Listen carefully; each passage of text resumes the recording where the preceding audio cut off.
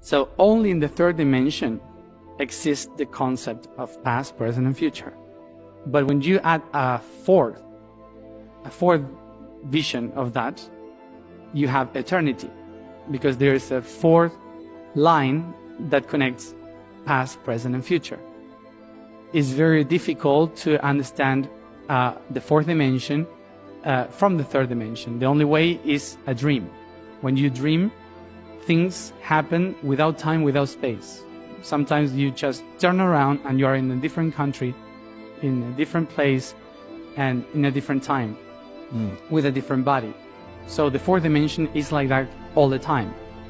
It's like if you are dreaming. So when you dream, you are living the fourth dimension. The fifth dimension is the expansion of light or awareness of the third and the fourth. So you cannot be in the fifth dimension if you don't enjoy the other two. It's impossible, because the fifth dimension is the awareness of every vibration and light of your molecules in this body. So if you don't feel your body completely aware, you will not feel the awareness of the fifth dimension.